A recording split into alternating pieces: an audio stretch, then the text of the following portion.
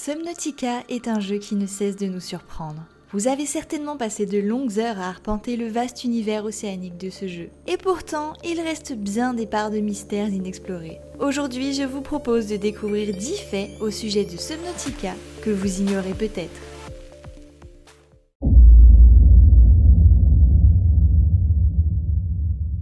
Saviez-vous que la carte du jeu est en réalité le cratère d'un énorme volcan aquatique endormi ? Large de 2 km de diamètre, c'est le seul endroit où subsiste la vie sur la planète 4546b. Pourtant, à cause de la pandémie causée par la bactérie Kara, un écosystème aussi fleurissant n'est pas censé être possible. Et c'est pour cette raison que les précurseurs sont venus étudier cette planète, ou plutôt ce cratère, espérant y trouver un remède. Lorsque vous vous aventurez hors des limites du cratère, vous entrez dans la fameuse Dead Zone où vous serez immédiatement attaqué par un premier ghost Léviathan adulte, puis un deuxième après 30 secondes et enfin un troisième après 1 minute. Car oui, nul n'est censé vivre dans la Dead Zone.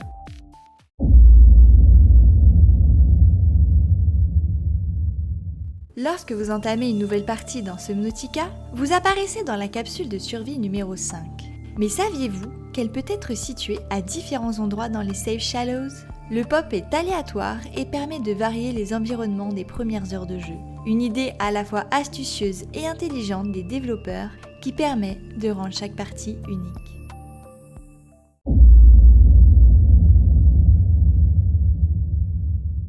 Lors de votre exploration des fonds marins, vous avez peut-être croisé ces peepers que j'appelle shiny, car ils laissent dans leur sillage une sorte de poussière scintillante. Eh bien, saviez-vous qu'il s'agit de résidus de l'enzyme 42, cet antidote produit par la progéniture de l'empereur des mers que l'on libère à la fin du jeu. C'est en effet par les tuyaux de canalisation alien où les peepers s'engouffrent que l'enzyme parvient à refaire surface, permettant à la faune et à la flore de survivre malgré la prolifération de la bactérie Kara. Nous-mêmes, le joueur, sommes infectés sans en avoir les symptômes, ce qui est probablement dû au contact des résidus d'enzyme 42 dans l'eau. Ces conduits avaient été créés par les précurseurs afin d'acheminer suffisamment d'oxygène aux empereurs des mers, retenus captifs sous les profondeurs de l'océan. Toutefois, il ne s'agissait que d'une forme incomplète de l'enzyme 42, ce qui explique que nous croisons quand même des créatures fortement infectées, reconnaissables par des excroissances vertes sur leur corps. Alors merci les peepers pour nous avoir permis de survivre et de rentrer chez nous.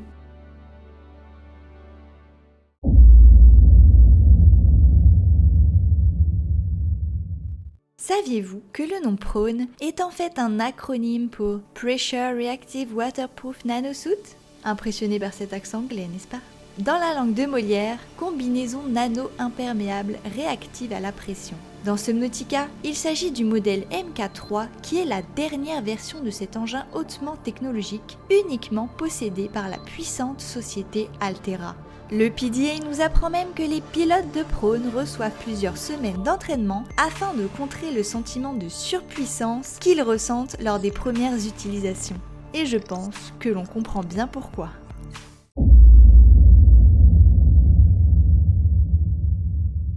Les Warpers sont des créatures biotechnologiques créées par les précurseurs. Lors de votre exploration de la Lost River, vous avez sûrement visité ce laboratoire qui le suggère.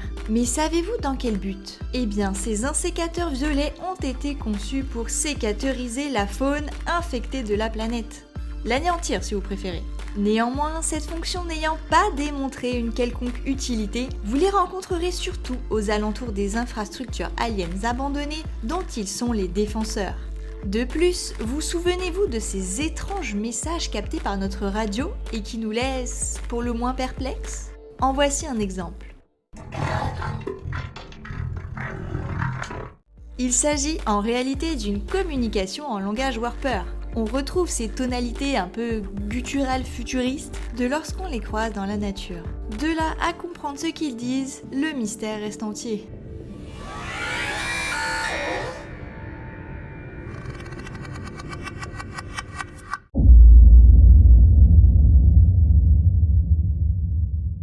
Le speedrun consiste à terminer un jeu vidéo le plus rapidement possible. Cela demande une connaissance parfaite du jeu en question et des compétences de gamer experte. En gros, ce n'est pas à la portée de tout le monde. Saviez-vous que Subnautica, à l'instar des Souls pour n'en citer qu'un, est un jeu apprécié des speedrunners les plus impétueux ?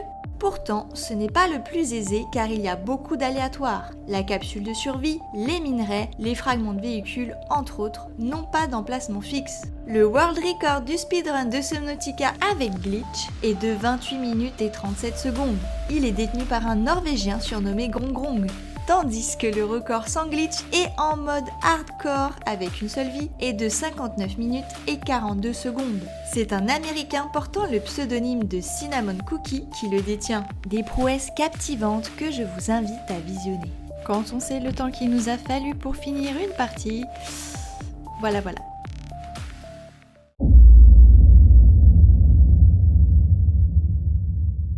Dans l'histoire du jeu, vous êtes appelé par une créature mystérieuse qui s'avère être le dernier empereur des mers en vie sur la planète, la plus imposante forme de Léviathan encore existante. Je dirais même la dernière empereur des mers car c'est une maman qui vous demande de l'aider à faire éclore ses œufs, puis de libérer ses petits car oui, ils sont tous retenus captifs dans un aquarium caché à 1500 mètres de profondeur.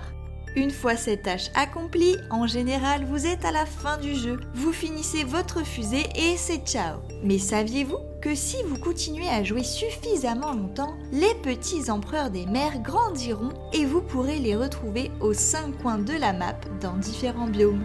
On voit qu'ils prennent vraiment à cœur la purification de la planète. Moment vous a bien élevé, vous pouvez être fiers de vous.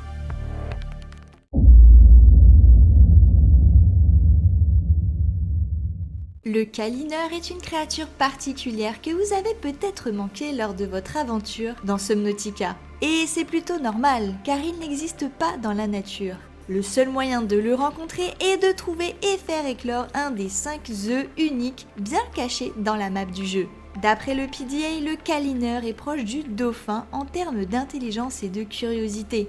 Vous pourrez ainsi contrer la solitude et passer le temps en vous amusant avec ce toutou aquatique qui sera très enthousiaste à l'idée de vous suivre partout dans vos pérégrinations. Mais ne comptez pas vous lancer dans l'élevage car il est impossible de faire se reproduire ces créatures. Plutôt paradoxal quand on s'appelle câlineur.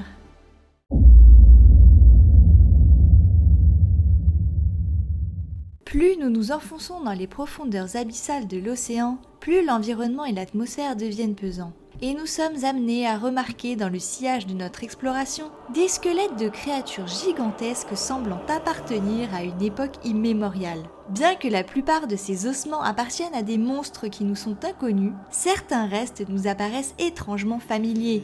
En effet, nous reconnaissons là des dépouilles de Reaper Léviathan, laissant présager aux joueurs que quelque chose d'encore plus gros et terrifiant se cache dans les profondeurs. Vous le savez maintenant, il s'agit du dragon des mers Léviathan qui nous attend dans la lava zone. Mais saviez-vous qu'il est à l'origine des squelettes de Reaper ? Eh bien oui, les zones à forte chaleur ne sont pas l'environnement naturel des Reapers qui vivent plus proche de la surface, ce qui laisse penser qu'ils ont été amenés de force à cet endroit pour y être dévorés. Les faucheurs sont probablement devenus la proie de quelque chose de beaucoup plus gros. Le PDA nous suggère donc que le dragon des mers est le prédateur naturel du Reaper et qu'il s'en nourrit. Comme dirait Maître Qui-Gon Jinn, il y a toujours un plus gros poisson.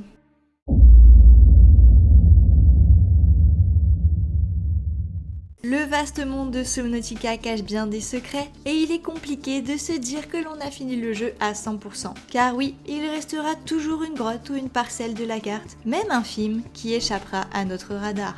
Saviez-vous par exemple qu'il existe 3 sanctuaires aliens bien cachés ? Les trouver nous permettra d'en apprendre davantage sur le lore du jeu et de récupérer quelques cubes ioniques au passage. Alors munissez-vous de vos plus belles tablettes violettes et rendez-vous dans la description pour trouver les coordonnées de ces lieux secrets. Voilà, c'est tout pour moi, j'espère que vous avez apprécié et appris quelques petites choses au sujet de Subnautica. Évidemment, il y a encore beaucoup à découvrir sur ce jeu passionnant, donc n'hésitez pas à me dire si vous souhaitez un épisode 2. Merci d'avoir regardé cette vidéo, n'oubliez pas de vous abonner et je vous dis à bientôt pour parler jeux vidéo. See ya!